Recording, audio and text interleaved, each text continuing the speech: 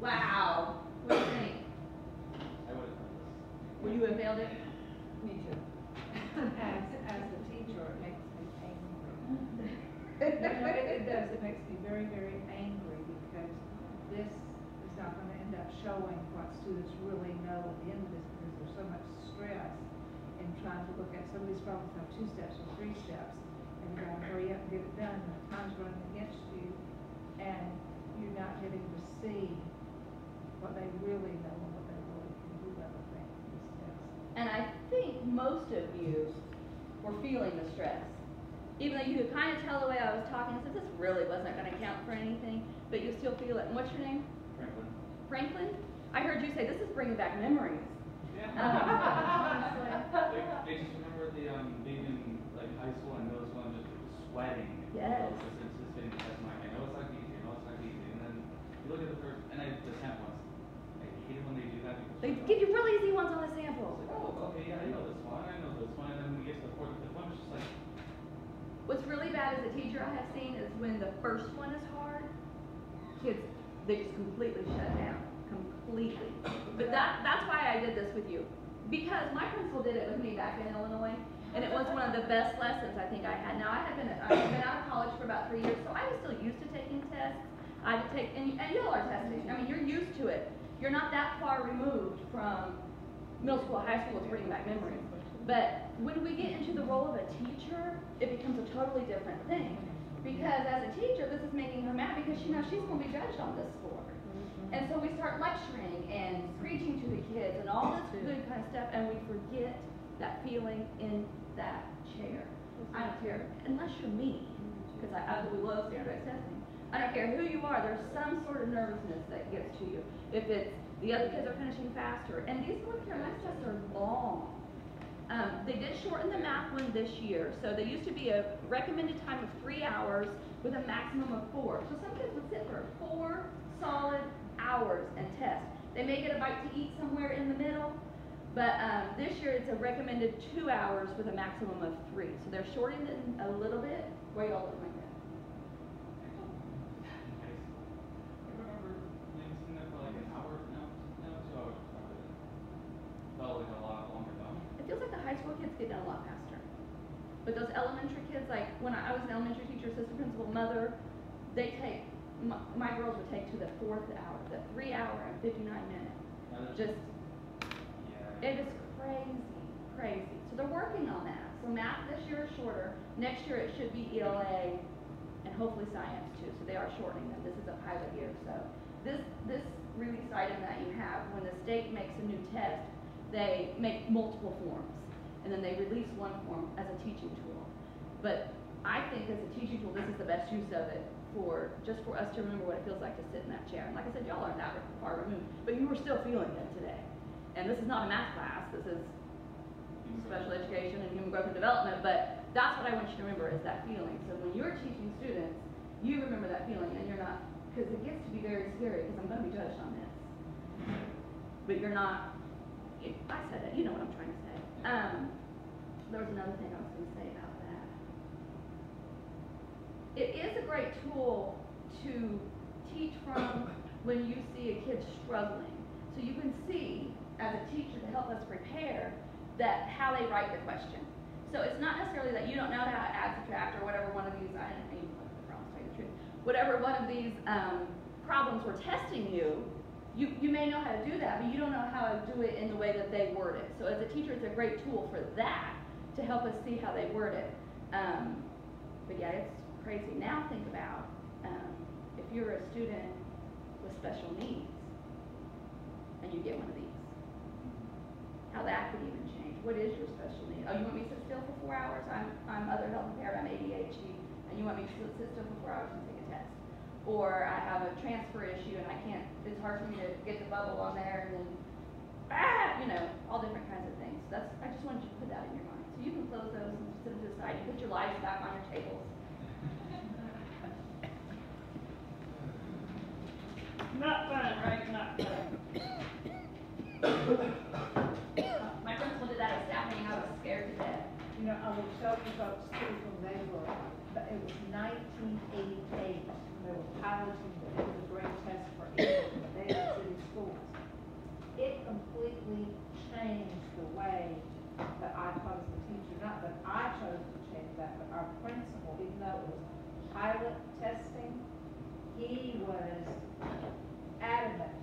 our scores, even in the pilot testing, would be the highest scores in the county, and they were. But every Friday, oh, so we didn't have to turn in lesson plans before this. Once we started this pilot testing, we had to turn in lesson plans every Friday. Then every Friday, we had to give the kids a test that we made out, so that they could practice filling in the bubbles. And so we were practicing that, so I could see even back then, some of y'all were even thought of in 1980, what, 89, we didn't know. And that's what was going, I could see it. I could see it. And, the students would say, Ms. Irvin, are we finished with this yet? Do we have to do more practice with the test now? Because it changed my personality, it changed the way I taught, it changed the demands that were put on me. And I could see it because I got to be that teacher for about 6 or 7 years of the non-testing. Oh, that's a whole different world, isn't it? Oh, it was lovely. It was lovely. Yeah. It is, being a teacher of a non-tested grade or subject. Oh. So I have a little brother, and he has ADHD. Mm-hmm. Before he was diagnosed with it, testing for him was impossible. He would, they would put him in a different class, to help him with that, and that's kind of how they got to the diagnosis that he is ADHD. Mm-hmm. But like, we would always get complaints that, he was doing bad on tests and stuff, or he just wouldn't sit still. And this wasn't even in the grade, it was just, normal testing. Regular classroom tests. Yeah. Mm-hmm. So, I can understand that it is going to be very hard to get students with those kind of issues, to do this. And in 1988, she saw the writing on the wall, and she saw what was coming. And in 2019, it is what it is, and it's not going away. It is not going away. So we have to learn to live with it. I don't say we have to learn to love it, but I do love it. But I don't love what it does to students. I really don't. We'll talk a little bit more about that. So on your pink paper, it's going to be a little two-sided thing. So one side, I just want you to kind of write down some things that you were feeling, or some when you were taking that test, just some ideas. Now take yourself out of your chair and put yourself up here. So as a teacher, what are you going to remember from that experience? I'm not going to look at your paper. This is for your reflection only. So do some bullet points, do a graphic organizer, write a paragraph, whatever it is you want to do. And then on the other side, we're going to do what's up here. So I'm going to give you some time to think, and feel free to talk to one another, exchange ideas. And then on the other side, let me go ahead and tell you what we're going to do on the other side. I want you to brainstorm what you know about students with special needs and testing. And even some stuff that I've already told you, some different things. And just make a list, a graphic organizer, whatever it is you want to do. Just, do a brain dump and think about what is it you know. Think about key terms that you might hear in standardized testing or state testing. Think about situations like his brother with ADHD. Think about in the classroom, he was saying his brother, teachers were complaining because he's not doing well in the classroom because he can't focus. Well, there are classroom tests and classroom jobs. So think about classroom practices. Think about different kinds of plans of students with special needs. And different classifications. I said OHI, just think about anything whatever it is. Now I'm going to shut up and give you about 5 minutes to reflect and brainstorm. And if you finish before that, we'll move on. And feel free to talk to one another. This is not a private, silent activity. I used to have to force my 5th graders to talk sometimes.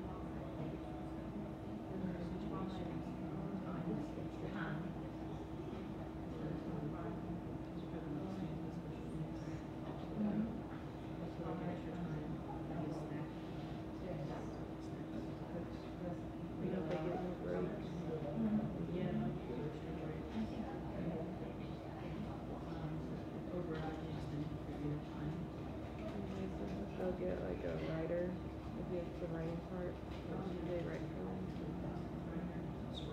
Yeah, whatever. Yeah.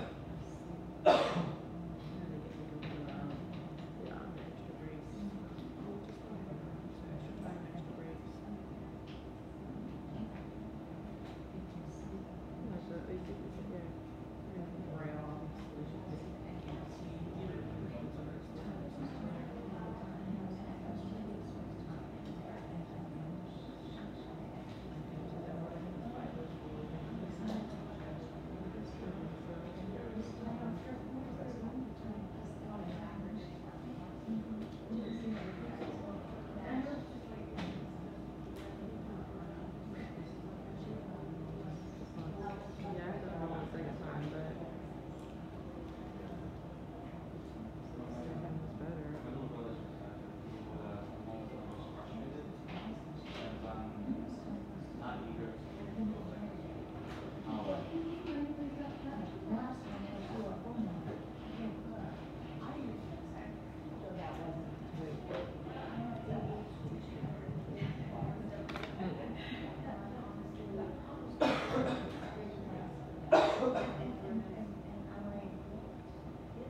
Okay, we have 30 more seconds. So the thought that you're talking or writing, go ahead and work on finishing that thought. And 20 seconds. Still here a little bit. We have 14 seconds.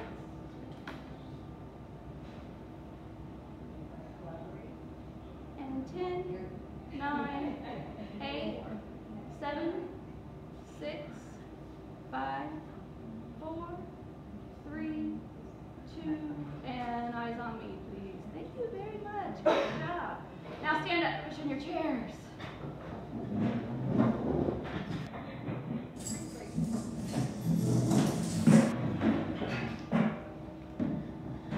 And wiggle. And stretch it. And whatever it is you need to do for you. Oh. Doesn't this bring you back to the first day of classes? Yes, our first day of class was kind of what we did. And go find someone that is not at your table to talk to. But remember, as you're moving, I got the thing back in my hand. You missed the beginning speech about this too. So, as you're moving, please remember rule number 1 is be safe. Don't jump over tables, don't run over tables, and be nice to one another. As you pass someone, say good morning, smile, nod. Everyone needs a learning partner. We're going to keep learning, so don't leave anyone out. And you should have a partner in 3, 2, 1. Does everybody have a partner? Does anyone need help? You don't have a partner? No, there are 10. I think I counted. Oh, maybe I counted you as 10. No, I think I counted 10. That. 2, 4, 6, 8, 9. Okay. Okay, then you'd make a group of 3. Thank you so much for welcoming your classmate in to have the opportunity to learn. And all I want you to do is take the first person, whoever got up earliest this morning. So take a moment to figure out which one of you is person A. Person A is the one that got up earliest this morning in your partnership.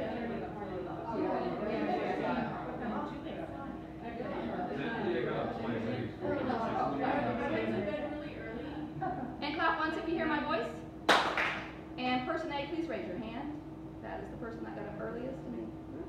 And if you have a group with 3, you're going to have 1 A and 2 Bs. So person A, we all know who person A is. So person A is going to take 30 seconds just to talk about your pink paper. Oh, I'm sorry. We should already have that established. Do we need more time, students? We all okay? You know who person A is? Oh, you brought your paper with you. You don't have to bring your paper. You're going to talk about your paper because you know what's in your brain. Person A is going to do this for 30 seconds, and then I'm going to, you're going to talk about something you put on your pink paper, how you were feeling about the test, any of these things up here, whatever it is. You know why I'm leaving that open? Because this is your learning, it's not mine. So this is your education. You decide what you're going to talk about, what you need to share, what you want feedback on. So person A is going to do that for 30 seconds without stopping. And then I will call time. And go, person A.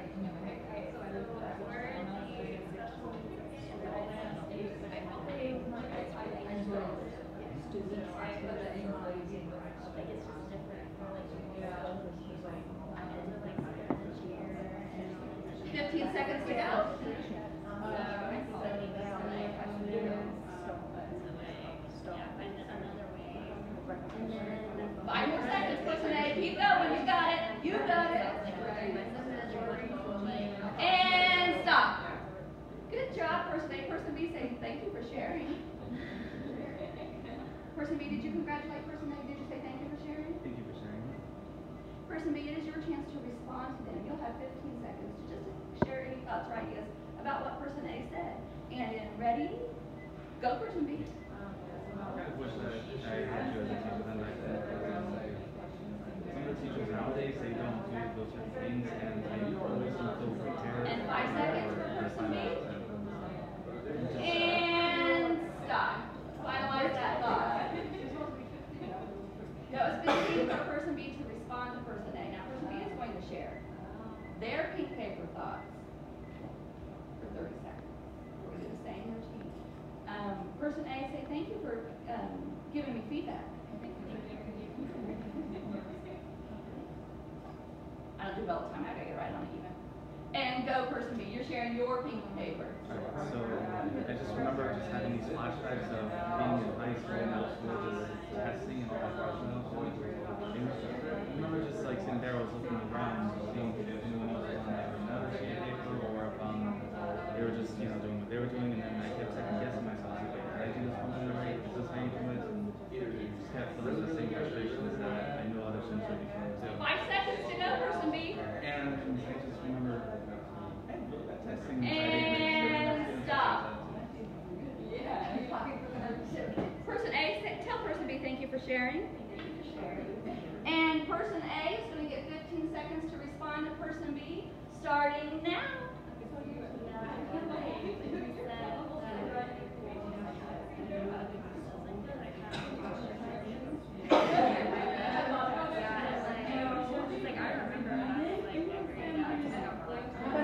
And stop. Who was just talking? Person B? I don't know. Person A was the one who was responding. Person B, say thank you for your feedback. Thank you. Now look at each other, say have a great day learning, and return to your seats. Have a good day. And in 5, 4, 3, 2, 1, you should be close enough to your seat. Thank you very much. Yay. Now you notice that first round, I think some of you got confused about the 15-second what person B was going to do. And as a teacher, that's okay. Because whatever it was y'all were doing, you were talking about your learning. I didn't tell you what to talk about. I told you to talk about something on your pink paper. Because one thing that we want to do so often is just get a chance, like in meetings and stuff, we tend to say no sidebar conversations in classrooms when we don't want kids to talk. But all they want to do is talk about what they just did and how it felt and all that. And that's all we got to do. What you were talking to one another was 10 times more powerful than anything I could have taught you. And I walked to hear that you were on task, and it really wasn't that hard to be on task, because all you had to do was talk about something on your pink paper. And you were able to share learning. And what is your name? Jillian. Jillian looks so serious. So she's been in here. But when she was up in that group, she was giggling and moving. And so I don't know if that's Jillian's more learning style or whatever, but that's all that purpose was for. Just to give you a chance to rehearse that. So on the side of your paper, not your reflection paper, but on the side where it has books, thinking about your key terms, anything that you brainstormed on that list, you do have, don't touch yet, but you do have some different writing utensils on your table. I don't know how many of them work, don't touch yet. That's just if you want something new and fun to write with. You don't have to use it. That's just something different. But if I say anything that's on your pink paper, and you hear me, you're going to give yourself just a little point, you're going to circle it, whatever. And if you don't, that's okay too, because we're all in here to learn together. So don't touch yet. But when I just want to do that because I know you're reaching. But please remember to be respectful of your classmates, and if you want the green pen and your classmates want the green pen, maybe we can share a little bit. You can use it, put it back in the middle. We can all work together. You may choose your writing utensil or use your pencil. It doesn't matter to me. It's your learning. No, I'm going to keep my pencil. I have purple. You want purple? You know I have purple. Yeah, Christina, don't throw that purple. I wouldn't throw it. Okay, now we're going to go back and talk about those special needs students. They're going to need something a little bit more for these standardized tests. And there's another slide in here, we're going to talk more about this, but what we as a teacher, when we're making a plan, an IEP or a 504, to see if anything's falling out of my mouth, that's on your pink paper, don't forget to give yourself a point. an English learner plan, a transitory impairment plan. Those are our 4 main plans. Before they get on a plan, we have to see that there's a need for one. And what are we doing in the classroom to make adjustments? What are we doing to help the student in the classroom? And that's going to help us think about what they may or may not need on their standardized test.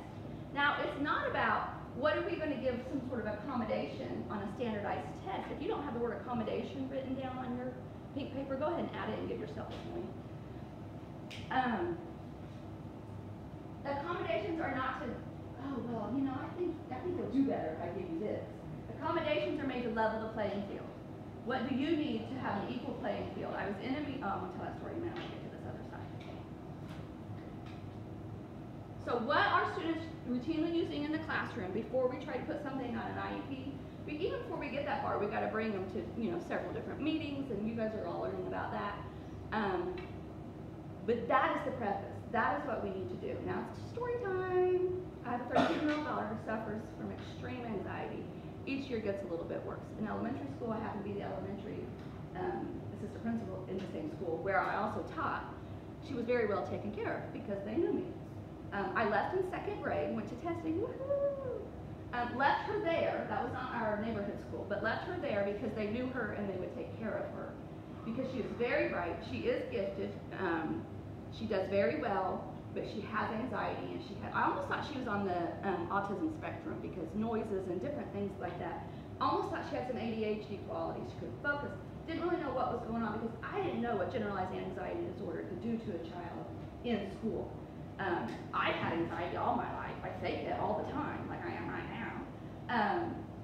But I didn't suffer from those things. So she got through elementary school. I was scared to death for 6th grade.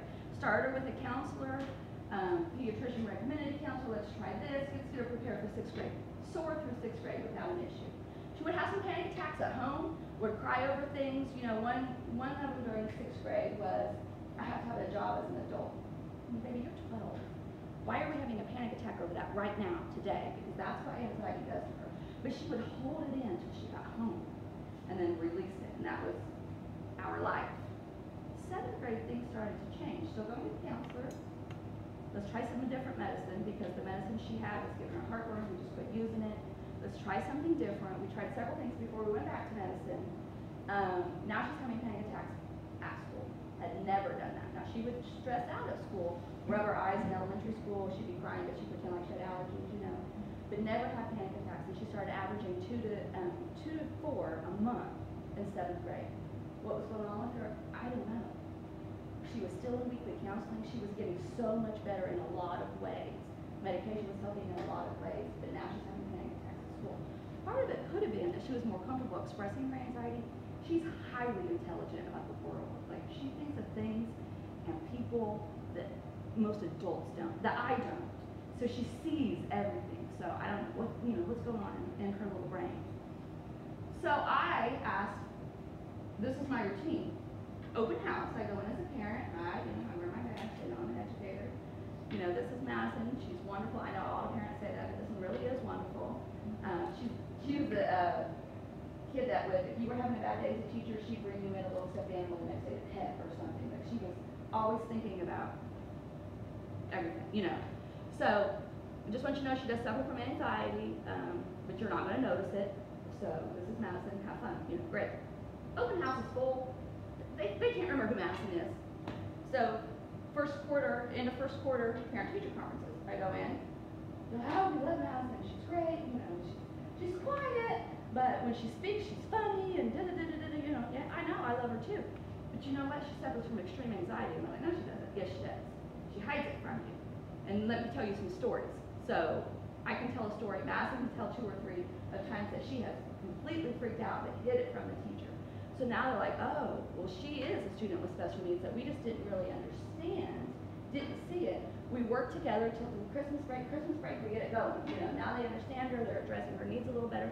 Panic attacks at home are lessening. Life is getting better. And when I say panic attacks, like we would be we'd be up all night crying hysterically over the fact that she had to have a job as an adult, or the fact that any change in her schedule, like tomorrow's field day at school. Why are we crying about that? I would let her stay home from field day because she just couldn't handle, you know, that kind of stuff. And then we're good to go January, we're smoothing out here. Well, this isn't working. 7th grade, this isn't working. We're following the same routine. This isn't working.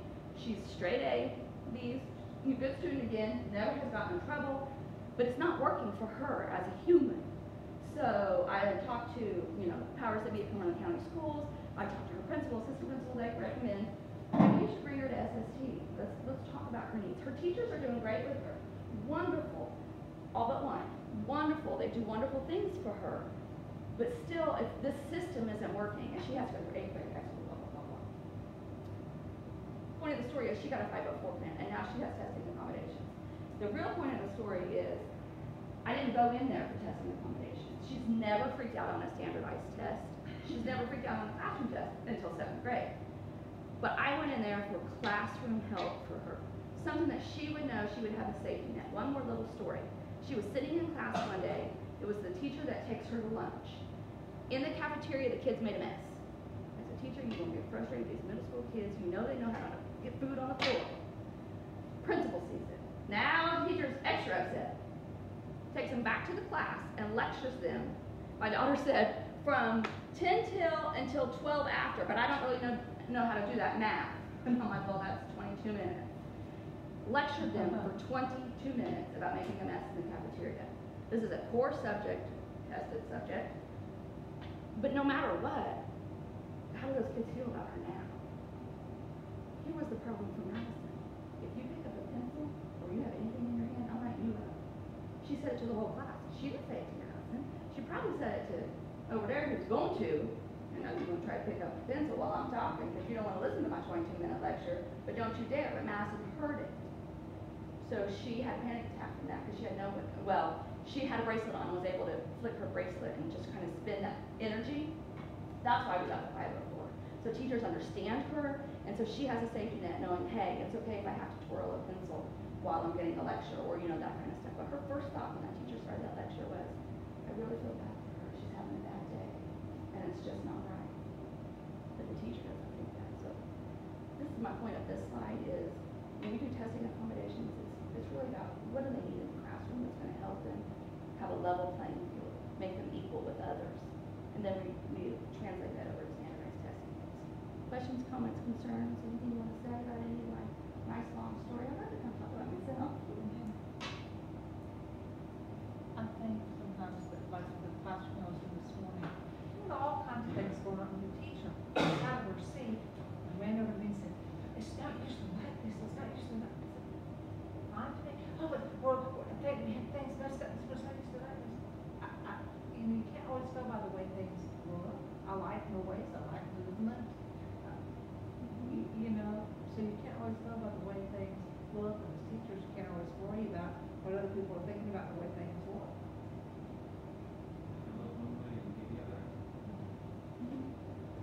I can actually understand the whole anxiety thing, and I've grown up with anxiety. No, I would never have guessed that.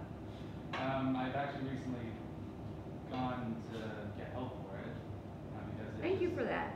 It was getting a lot worse, but now it's getting better. Like I'm getting treatments for it, and it's getting easier. But just going to school and stuff, and just having like one slight thing go off from my usual routine, because I'm a person of routine.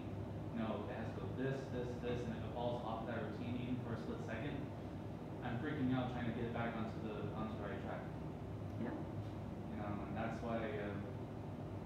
But thank you for getting help, because that's what so many of us don't do. Mental health has a stigma. Like with Madison, nobody wanted to help her in the school. Not that they were being bad to her, they were helping her. She had a panic attack on a math test. The teacher took her out in the hall, talked to her, got her a wet cloth, calmed her down, let her finish the test a different day. They were helping her, but we don't understand it. So,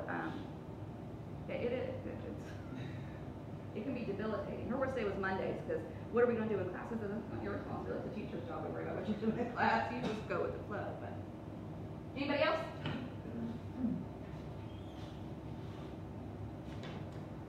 Okay, so I kind of said this already. If you use this little handbook, right, you're testing students with disabilities.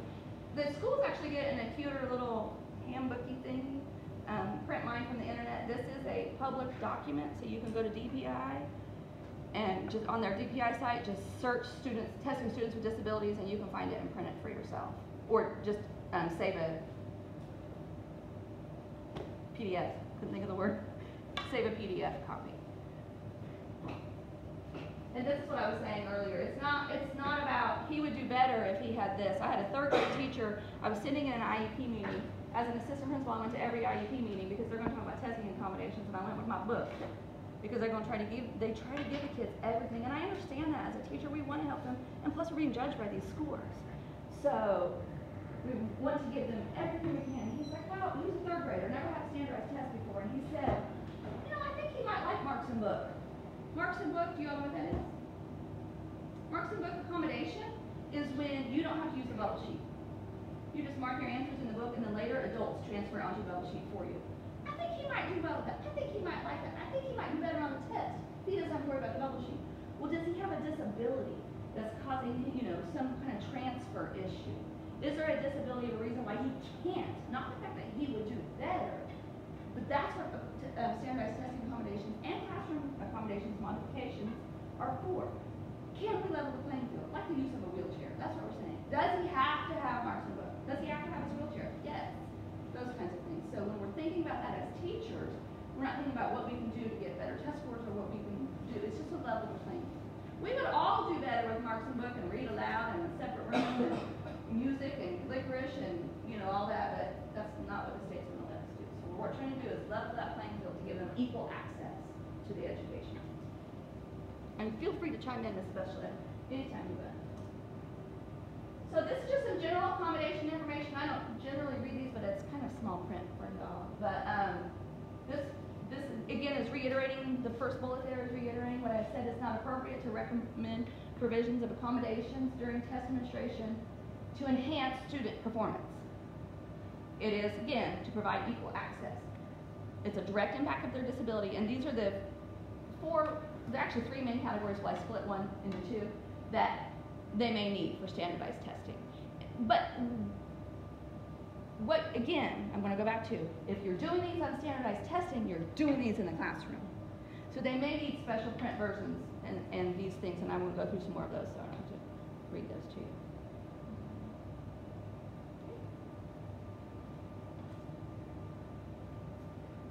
These are some of the plans that I talked about earlier. IEP, Section 504, Transitory Impairment Documentation, English Learner Plan. Do you all know what these plans are?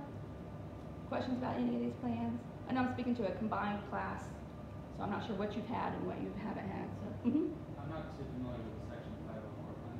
Section 504 plan is like for my daughter. It's something. When I started the process, one of my coworkers, who is an EC specialist, said she can't have it if she's on honor roll. Oh yes, she can.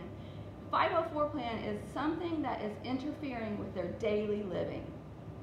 Some disability, something is stopping them that's interfering with their daily living. So they can get a 504 plan. They can get a 504 without a plan, just saying that they have it. And what's great about the 504 plan is it will follow her through college, through the workforce, through everything. So it's very, very, very similar to an IEP, but it's not about a learning disability. It's about some other, hers is anxiety. Medical documentation helps, but it's not required. So the team, you bring, you know, all the stuff into the team meets and discusses and say, does she qualify, does she not qualify? Is it affecting her daily life? And most of that stuff on the list, there's a list, most of that stuff, it did not affect her. You know, it didn't affect her grades, it didn't affect her attendance.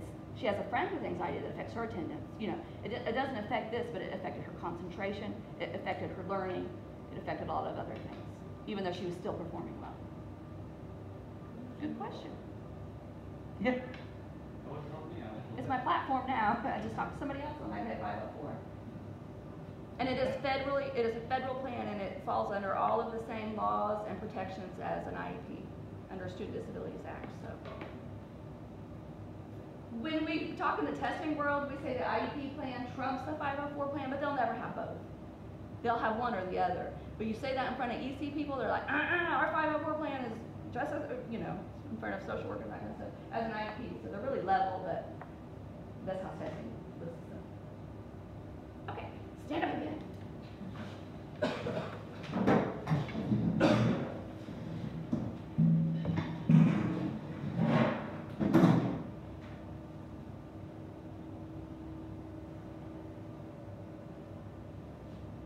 Find somebody new to talk to. I'm not going to tell you what to talk my motto is KOL, not LOL. I do like to laugh. But KOL, keep on learning. So talk something about your learning that we've been talking about today. Find somebody that you're not sitting with that you haven't talked to today. And in about 10 seconds, you should have a partner. And don't forget, we do need one group of 3, so don't leave anyone out. You're scared to get out of that corner. Next time it's going to be like, you got to come this corner. Oh, thank you so much for inviting Franklin into your group. I believe so. I've made my schedule, I just haven't. You'll learn all about the 504 timing.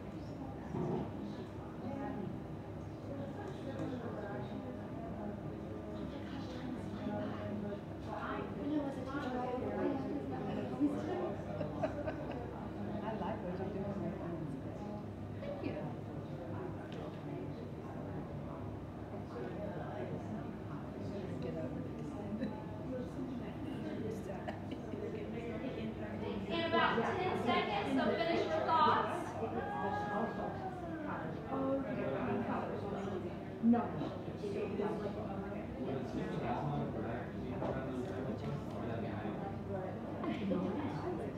Oh, yes, I will. I thought you said, did you? Yes. Okay.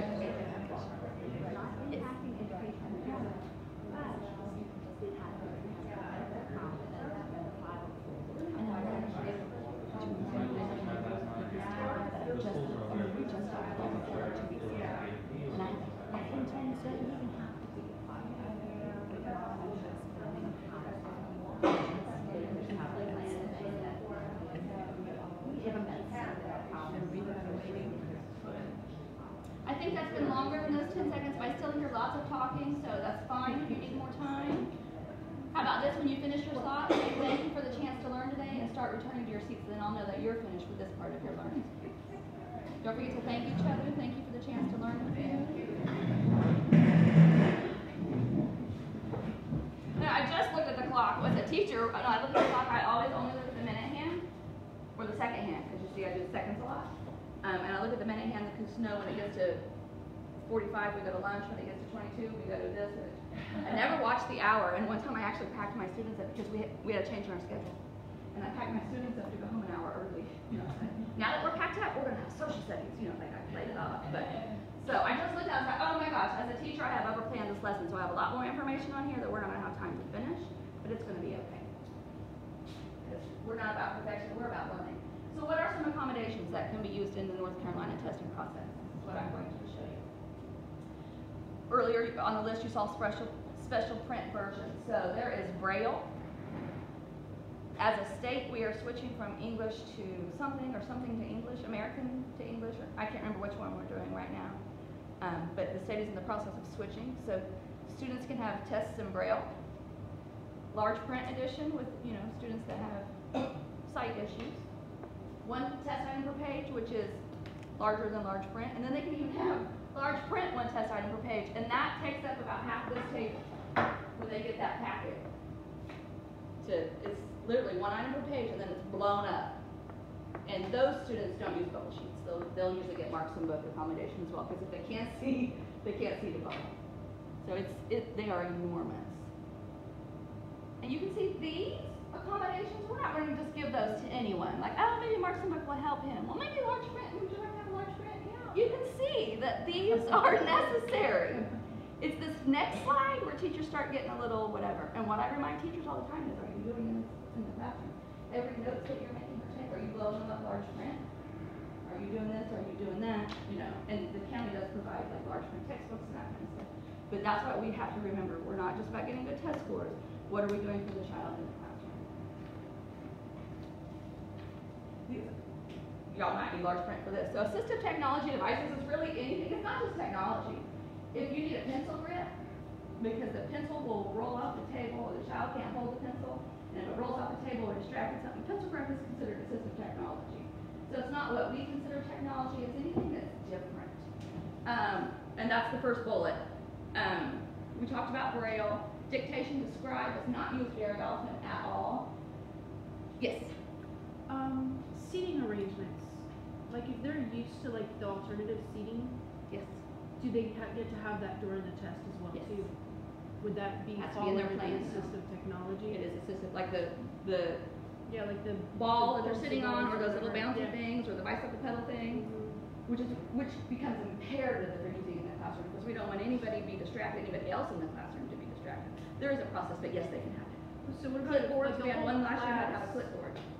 has like the alternative seating? Can the whole class for the test use the same alternative seating that they've been using? If the whole class has been using it the whole year, the whole class can have it, doesn't have to be in the plan for It the does whole not. class, but a student Okay. with special needs, it has to be in their plan. Isn't that crazy? If Okay. you don't have special needs, we can go through the process and get it approved for the class. But if you do have special needs, it has to be in your plan. Okay. That's one of those state things. But yes, that's been a big one lately, all that adaptive seating. Good question. Magnification devices, student marks answers in test book, we talked about that one. Students read test aloud themselves. Sometimes you just need to read out loud. How many like to read out loud? So they can have that. They can't be with any other students though, because they're reading aloud themselves, it's a one-on-one setting. So some of these, if they get this, then it becomes, something else that they're gonna have to get too. But student research, I had those when I was an assistant principal. I actually taught the student too when I was the science teacher. He had to read aloud himself. He was autistic. He needed it. But he did it in the classroom. The kids were used to it. He did it every day. But for state testing, I wasn't allowed to leave him in the classroom. I had to put him in a one-on-one situation. Test read aloud, that's where an adult or a computer reads the test aloud. And that cannot be used for a reading test because it will invalidate the score. Math, science, social studies. Everybody good? Then say, I'm good! It's okay. Testing environments, multiple test sessions. This is one that I had to fight. I gotta tell you this story, I really shouldn't spend all the time on stories, but they're learning opportunities, let's call them that. Extended time or testing in a separate room. So multiple sessions usually comes with extended time. I'm sorry, throw that out of your head. Multiple sessions, actually it does, but usually comes with testing in a separate room. Multiple sessions means maybe, what's your name? Marissa? Yeah. Maybe Marissa can't sit still for all those hours, and every 30 minutes she needs a break. So, okay, we've been testing for 30 minutes, put your pencil down, close your book, or pause your computer, whichever way we're doing it. Stand up, wiggle, she gets a 2 to 3 minute stretch break, she can't talk to anybody, she can stand up, she can stretch, and sit back down, and we're gonna start again. That's what multiple test sessions usually look like, or after 10 math questions, or after 42 minutes, or whatever is needed for that child. My child needed multiple test sessions because if she has a panic attack and can't, now anything that has an emergency, oh, you gotta go back into the middle of the state test, I can take you out, it's okay. You're gonna get that time back, we're gonna be fine. I had a kid every year as an AP threw up. Every year, every test.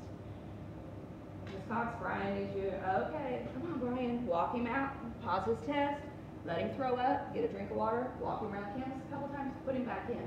That was fine. So anybody can have like emergencies that we can address.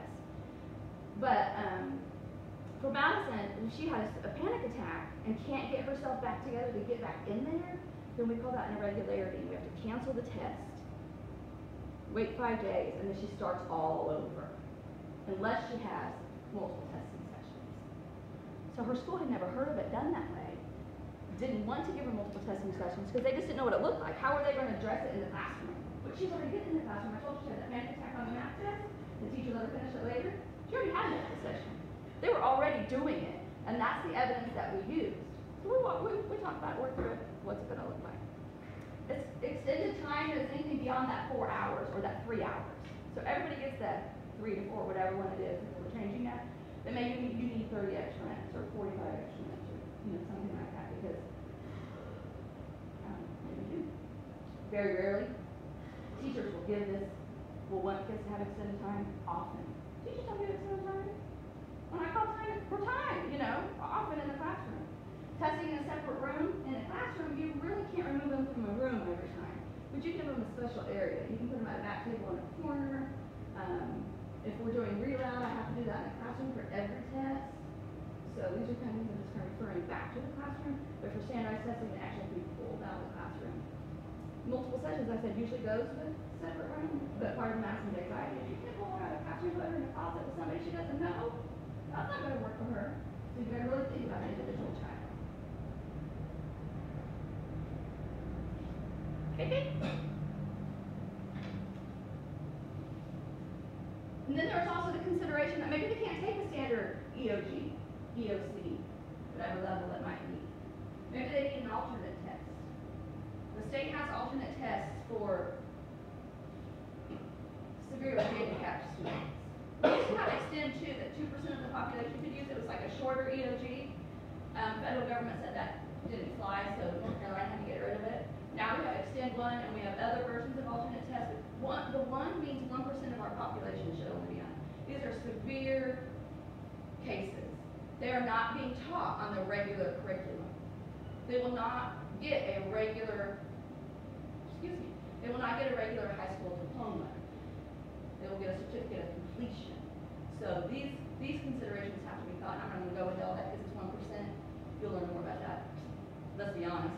You'll learn more about it in your classes, but you'll really learn more about it when you become teachers and start living it. So that's another consideration. Are they going to be in the general test? And 99% of your kids will be. As a, and usually they're in a special classroom. As an assistant principal at, we didn't have any kids on Extend 1 because we didn't have any special self-contained classrooms. So it wouldn't be a kid that has a behavior issue you wouldn't put on an Extend 1. It's, severe. ID mild. ID moderate. Okay. This is, I believe, my last slide. Yeah, because then it goes back to the other side. The template. Y'all have done a great job today, and we're going to practice some scenarios. And so, again, I'm that kind of teacher that I don't care. As long as you're learning, that's what matters to me. Work together, work alone, work as a big group, work on the last one, work on the first one, work in the middle. I don't care, as long as you're learning. I'm not actually going to make you do it, though. I'm going to give you a few minutes to look at one and kind of talk about it. You'll see the word modification on here as some possible choices. Modifications are not done on testing. Modifications are classroom. So it would be something like, one that I wanted from Madison was, instead of giving her a huge packet for ELA, maybe she gets half the packet. I didn't win that battle, and that was okay. But that would be a modification, or maybe we only grade the parts that she gets done, because part of her anxiety makes her very slow visual perfectionist. So just read through one, and I'm going to pause you, and we're going to do our little final activity. Everything that I have given you, you are free to keep. They are yours, including the pencils and weird pens. These scenarios. This would be a really good next session. I don't think I gave you one. Be really good at that. I love scenarios.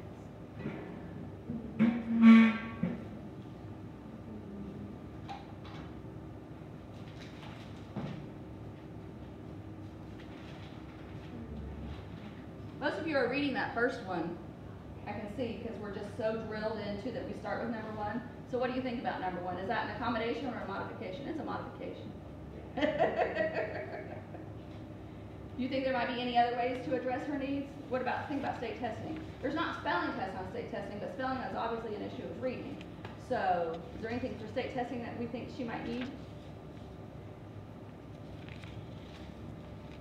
I would be curious about the future's going, looking specifically at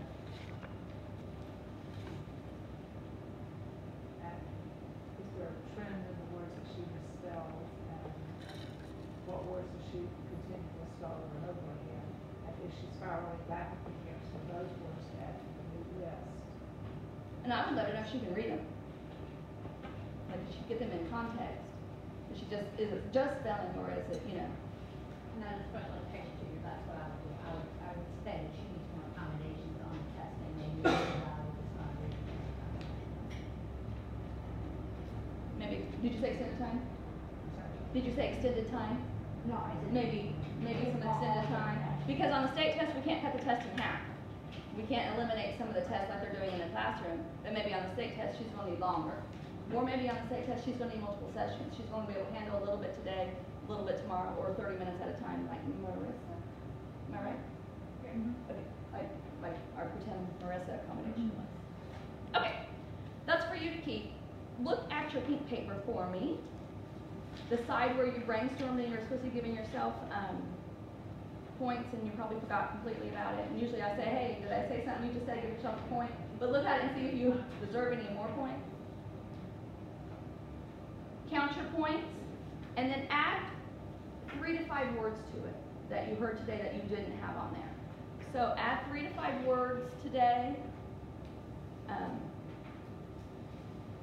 to that pink paper and then count those as points too. So everybody has 1 point, I know, because you got accommodations. I told you to write it down and give yourself a point. So count how many points you earned on your own, and then add 3 to 5 words, and every word you add, give yourself a point, and then I want a total number of points. That is a lot. That's a good thing you all are 5th graders.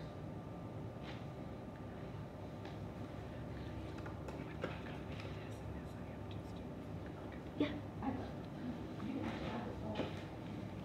This is for your class. All this stuff was for your class, so you can have the whole package.